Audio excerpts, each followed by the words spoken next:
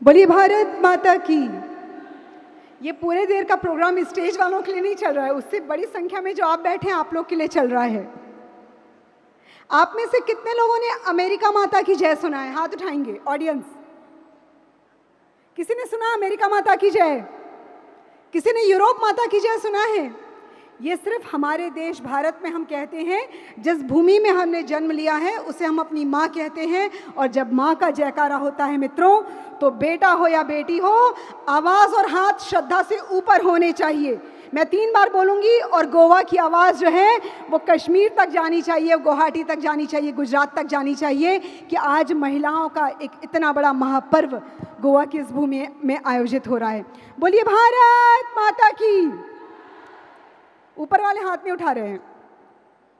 बोलिए भारत माता की, भारत माता की, भारत माता की। अब लगा कि हम गोवा में हैं। मैं सबसे पहले हृदय की गहराइयों से आभार व्यक्त करती हूँ MIT इंस्टीट्यूट को, क्योंकि गोवा का ये जो महापर्व है ये इनकी उस सोच के पीछे की आज उपज है जो मुझे लगता है कि 2016-17 से शुरू की गई थी। और आश्चर्य की बात है कि इतने साल लग गए महिला संसद या वुमेन पार्लियामेंट को आयोजित करने में। तो मुझे लगता है कि आज के इस पूरे कार्यक्रम के लिए पूरी जो टीम है MIT यूनिवर्सिटी की, कर्नाट जी की, इनके लिए एक ज़ोरदार तालियां होना चाहिए कि महिलाओं का ये महापर्व आज यहाँ पे अगर आकार ले पा रहा है तो आपकी पूरी टीम के कारण। साथ ही मैं आभार व्यक्त करना चाहूँगी गवर्नमेंट ऑफ गोवा को, विधानसभा गोवा को, माननीय मुख्यमंत्री जी जिन्होंने अपने उद्बोधन में बहुत सरलता और ऊर्जा से महिलाओं के विषय में अपनी बातें रखी। साथ ही मुझे लगता है कि आज का ऐतिहासिक दिन है, क्योंकि जहां भारत अपना अमृत महोत्सव आज़ादी का पर्व मना रहा है, वहीं गोवा राज्य जो है वो 60 वर्ष जो है स्वतंत्रता के पूर्ण किया है। मैं चाहूँगी गोवा वासियों को भी हम सभी एक ज़ोरदार तालियों से बधाई दें कि 60 वर्ष जो है वो गोवा की आज़ादी को हुए हैं। ये अपने आप में इवेंट कई मायनों में ऐतिहासिक होगा। पर मुझे बार बार हम लोग जो स्टेज में आपस में बात कर रहे हैं कि ये जो सत्र हो रहा है, ये सत्र मुख्यतः सामने बैठी बहनों के लिए हो रहा है, ना कि हम लोगों के लिए हो रहा है। महिलाएं जो हैं वो विभिन्न क्षेत्रों में काम करती हैं, कहीं राजनेता के रूप में, कहीं डॉक्टर के रूप में, कहीं जो है वो शिक्षाविद के रूप में, कहीं पर्यावरणविद के रूप में, कहीं जो है व्यावसायिक रूप में हैं, कहीं एडमिनिस्ट्रेशन में हैं, जुडिशरी में हैं। लेकिन मुझे लगता है कि मैं एक छोटी सी कहानी के माध्यम से आपको बांधना चाहूँगी, क्योंकि यहाँ पे कोई भी ऐसी चीज़ नहीं बताई जा रही है जो आपको नहीं पता है। मुझे लगता है आप सभी अपने अपने परिवार के बच्चों की शिक्षक हैं, उनकी गुरु हैं। तो एक गुरु को कोई ज्ञान दे सके, वो यहाँ बैठे किसी भी महिला में वो श्रेष्ठता, वो योग्यता नहीं है, क्योंकि मेरे सामने बैठी हज़ारों हज़ार गुरुएं हैं एक माता के रूप में जो आप बैठी हुई हैं। तो मैं आप सभी गुरुओं को प्रणाम करते हुए एक छोटी सी कहानी के माध्यम से अपनी बात रखने का प्रयास करती हूँ। एक बार की एक कहानी है कि एक व्यक्ति जो है वो अपने घर से बाहर जाता है, शाम के लौट के आता है तो वो देखता है घर का दरवाज़ा खुला है। सभी ध्यान से सुनेंगे, मैं इसीलिए थोड़ा जो एक मोनोटोनस हो रहा है उससे अलग प्रयास कर रही हूँ बात करने का। एक व्यक्ति घर में लौट के आता है और देखता है उसके घर के दरवाजे खुले हुए हैं। वो अंदर जाता है तो देखता है पूरा घर अस्त व्यस्त है। जो सुबह वो खाना खा के गया था वो खाना का प्लेट ऐसा पड़ा हुआ है। इस बीच में लगता है कोई गाय या कोई जानवर भी घर का एक राउंड लगा चुका है, कुछ गंदगी पड़ी रहती है। फिर वो घबरा के अंदर जाता है तो देखता है किचन अस्त व्यस्त है, पूरा घर। वो घबरा जाता है क्योंकि वो रोज़ शाम के जब घर आता है तो घर व्यवस्थित मिलता है। मुस्कुराती हुई महिला दरवाज़ा खोलती है, एक चाय का कप उसको देती है। ये हर घर का दृश्य है शाम के, है या नहीं है? है, ठीक बोल रही हूँ? आप अपने अपने घर की शाम जो है वो शायद जोड़ पा रहे हैं इस कहानी से। तो वो व्यक्ति घबरा जाता है और घबरा के अपने घर की महिला को, अपनी धर्मपत्नी को ढूंढता है। और भारत में कहते हैं महिला को, सुनती हो जी, मैं मध्य भारत से आती हूँ तो वहाँ पे बड़े प्रेम से जो है वो सुनती हो जी, कहाँ हो जी। जब बहुत देर तक नहीं सुनती तो अरे कहाँ चली गई पिंटू की अम्मा या मम्मी जो भी। तो वो आदमी घबरा के पूरे घर में ढूंढता है, किचन में ढूंढता, आंगन में, वो महिला कहीं नहीं मिलती। वो घबरा जाता है और घबराए मन से वो अपने आराम कक्ष में आता है, यानी कि शयन कक्ष या बेडरूम में आता है तो वहाँ देखता है उसकी पत्नी जो है वो कुर्सी में निढाल आँख बंद करके बैठी हुई है, आँख बंद है। उसका मन घबरा जाता है कि कुछ गड़बड़ तो नहीं हो गया। वो डरते डरते झुकता है और उसके कंधे पर हाथ रख के कहता है, सुनती हो जी? तो महिला जो है वो बड़े आश्चर्य से चौंक के आँख खोलती है और कान में वो क्या लगाते हैं? मोबाइल का लगाते हैं, ईयरफोन। तो वो ईयरफोन निकाल के कहती है, क्या हुआ? तो पति कहता है, वही तो पूछ रहा हूँ, क्या हुआ? महिला जवाब में कहती है, क्या हुआ? और ये क्या हुआ चलते चलते पुरुष जो है वो अपना धैर्य खो देता है, गुस्से में कहता है, अरे क्या हुआ, यही तो पूछ रहा हूँ, घर खुला है, घर अस्त व्यस्त है, सुबह खा के गया था, लगता है तुमने हटाया भी नहीं है, शाम की चाय नहीं है, क्या हुआ? मैं कहती है, वो सुनिएगा, शायद आपके दिल की आवाज़ है, मेरे दिल की आवाज़ है, यहाँ बैठी महिलाएं जो कितने भी बड़े पदों में हो, सबके दिल की आवाज़ है बहनों, आप तक जानी चाहिए। वो महिला कहती है, पिंटू के पापा, उसके बेटे का नाम है, आज सुबह जब आप ऑफिस गए और पिंटू अपने कॉलेज जा रहा था, मैंने आपको अपना एक काम बताया तो आपने मुझसे कहा, तुम अपना काम खुद नहीं कर सकती हो, दिन भर घर में बैठी रहती हो, करती क्या हो? मैंने पिंटू से कहा तो उसने कहा, क्या मम्मी, एक छोटा सा काम नहीं कर सकती हो? दिन भर घर में बैठी रहती हो, तुम कुछ नहीं करती हो। तो मैं आप दोनों के जाने के बाद सोची कि ये कुछ नहीं कैसे किया जाता है, आज मैं करके देखती हूँ, और सुनो जी, तुम्हारे जाने के बाद मैंने कुछ नहीं किया है। तो बहनों, कहने का ये मतलब है कि बड़े बड़े जो पदों में हैं हम उनका सम्मान करते हैं, हम शायद राजनीति के लोगों का सम्मान करते हैं, हम शायद शिक्षाविदों का सम्मान करते हैं, लेकिन एक ऐसी महिला जिसके जीवन भर माथे में लिख दिया जाता है कि वो कुछ नहीं करती, जिसे हम गृहिणी करते हैं, कहते हैं, होम मेकर कहते हैं, मुझे लगता है इस राष्ट्र के निर्माण में यदि सबसे बड़ा किसी का योगदान है तो वो उस गृहिणी का है, उस माँ का है जो घर में रह के इस समाज को बनाती है। और इसलिए अपने लिए जोरदार ताली बजाइए, आधे मन से मत बजाइए, पूरे मन से बजाइए, पूरे मन से ये ताली बजनी चाहिए बहनों, क्योंकि जब हम बात करते हैं अचीवर्स की तो हम बड़े बड़े लोगों की बात करते हैं, उस महिला को भूल जाते हैं। मैं इसलिए ये बात आपको कह रही हूँ, एक कहानी कह के मैं 5-7 मिनट लूँगी, ज़्यादा लंबी बात नहीं कहूँगी, क्योंकि मेरे पूर्व के वक्ताओं ने बहुत सारी बातें कह दी है।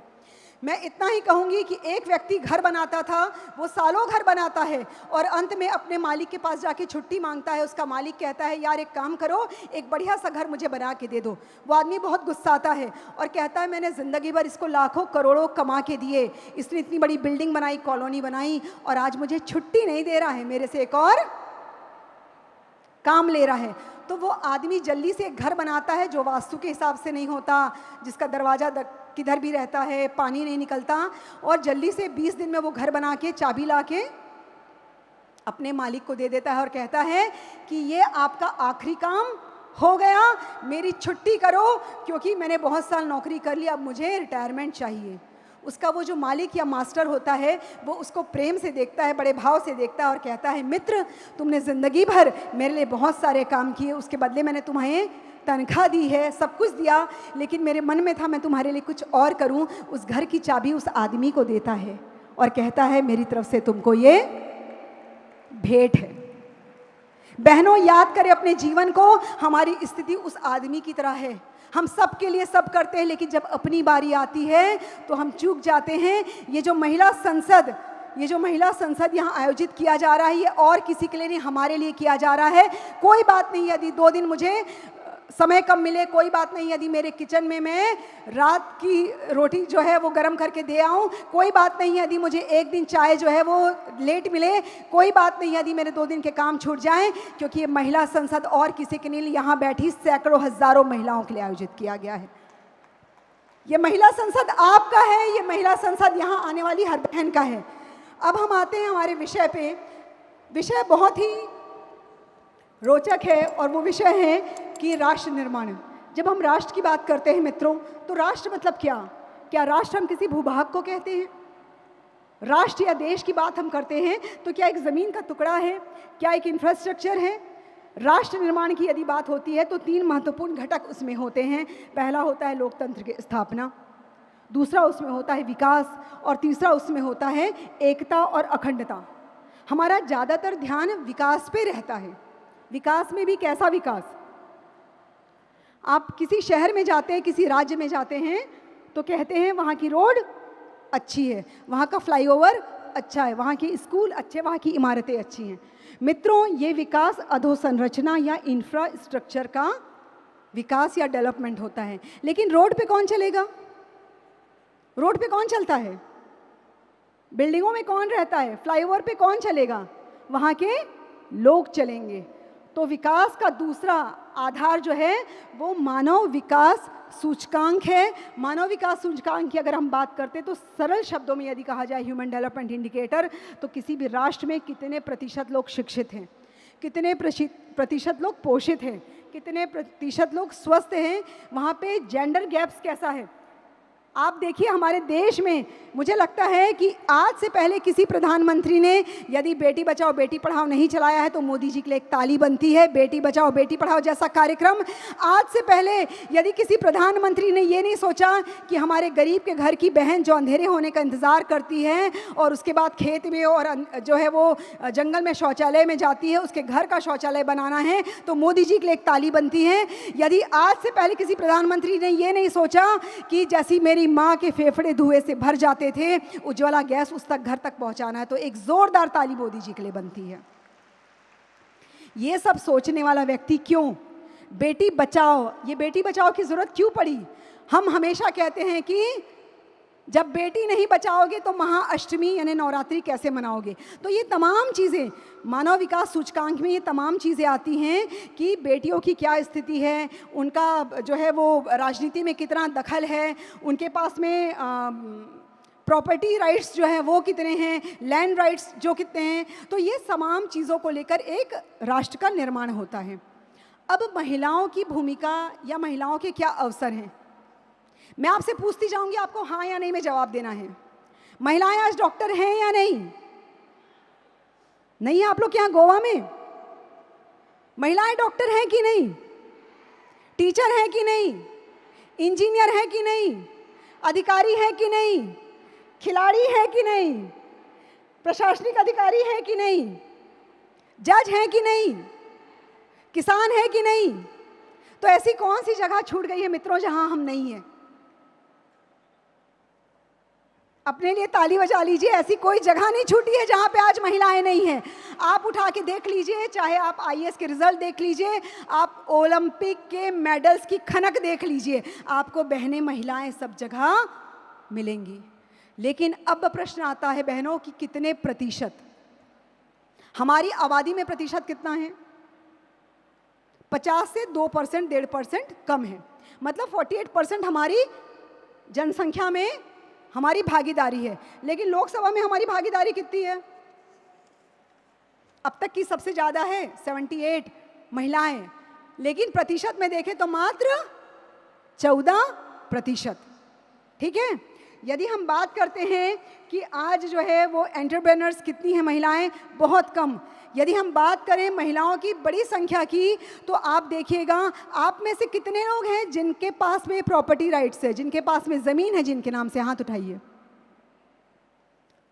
बहुत बढ़िया, बीच से 2-3 हाथ उठे, मेरे नाम पे भी है भाई, स्टेज से भी हाथ उठा सकते हैं। प्रीति जी, जिनके नाम पे ज़मीनें हैं, प्रीति जी जिनके नाम पे ज़मीनें, हाथ उठाएंगे एक बार, हाथ उठाइए जिसके हाथ नाम पे ज़मीन है।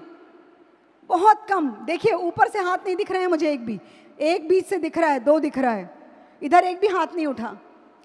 तो बात यहाँ पे हो रही है कि पूरी प्रक्रिया में हमारा शेयर कितना है, हमारी भूमिकाएं यहाँ पे हमको सुनिश्चित करनी है मित्रों कि राजनीति में हम कितना हैं। अभी बहुत पहले की वक्ता ने कहा कि हमें रिजर्वेशन मिलता है, ठीक है, नहीं, बिल्कुल चाहिए। क्यों चाहिए इसका कारण मैं बताती हूँ। एक व्यक्ति बात करता है समानता की, आप मुझे बताइए, एक व्यक्ति जो कार में चल रहा है और एक व्यक्ति जो साइकिल में चल रहा है, उस व्यक्ति को हम 10 किलोमीटर की रेस दौड़ने देते हैं, कौन जीतेगा? हेलो गोवा, कौन जीतेगा, कार वाला या साइकिल वाला? कार वाला। क्यों? उसका संसाधन बेहतर है साइकिल वाले से। ठीक कह रही हूँ? ठीक कह रही हूँ या नहीं कह रही हूँ?